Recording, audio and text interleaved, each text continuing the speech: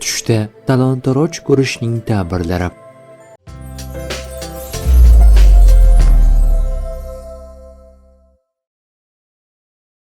Ibn Sirinning aytishicha, agar tushida bir kishining mol-u ne'mati talon-taroj qilinganini ko'rsa, o'sha kishiga g'am, anduh va ziyon yetishiga dalildir. Bu esa olib ketilgan narsaning oz-ko'pligiga bog'liqdir.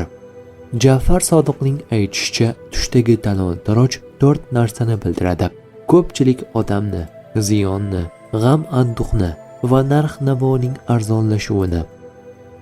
Tush ta'birlari bashorat emas, barcha narsani bilguvchi zot yagona Allohdir.